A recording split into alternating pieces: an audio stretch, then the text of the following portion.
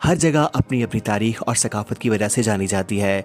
तो आज हम आपको बताएंगे कि उच शरीफ की तारीख, ये शहर कैसे और कब आबाद हुआ। उच शरीफ बहावलपुर ज़िला में वाक़ एक कदीम तारीखी और इस्लामी अहमियत का शहर है।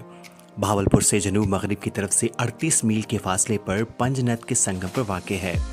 सन 1981 की मरदमशुमारी के मुताबिक यहाँ की आबादी तकरीबन 15,000 थी और अब आबादी 30,000 से ज़ायद है। मौजूदा कब्ज़ा 3 छोटी छोटी बस्तियों उच बुखारी, उच गिरानी और उच मुगला पर मुश्तमिल है। करीब तरीन रेलवे स्टेशन अहमदपुर शर्किया है जो यहाँ से 12 मील के फासले पर है।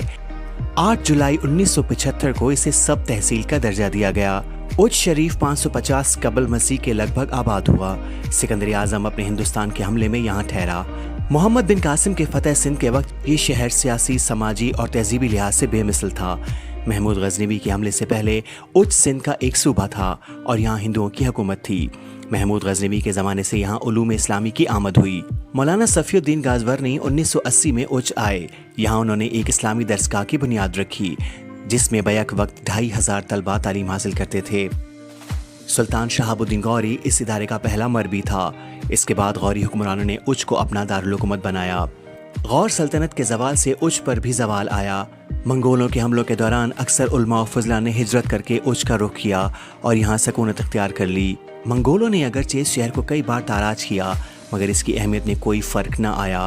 हुमायूं के अहद में ये शहर मुगलिया सल्तनत के मातहत आ गया और इस शहर ने अपनी पुरानी शान बहाल कर ली।